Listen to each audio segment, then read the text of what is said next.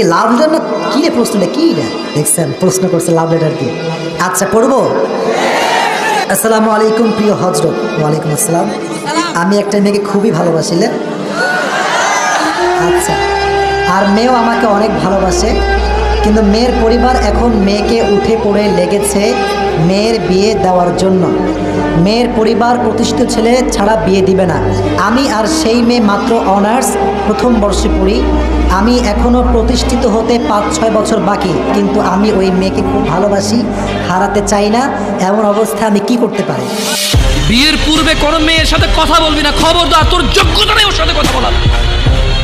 তুই কে রে? বামন হয়ে চাঁদের দিকে হাত বাড়াবি না।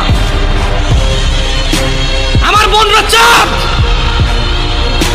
ওয়াল্লাহি যেদিন ইসলামী শাসন আসবে, যেদিন ইমাম মেহেদী আসবে, যেদিন ঈসা আলাইহিস সালাম আবার আসবে, ওনার বোনদের উপর যারা হাত দিবে উনি হাত কেটে ফেলবে।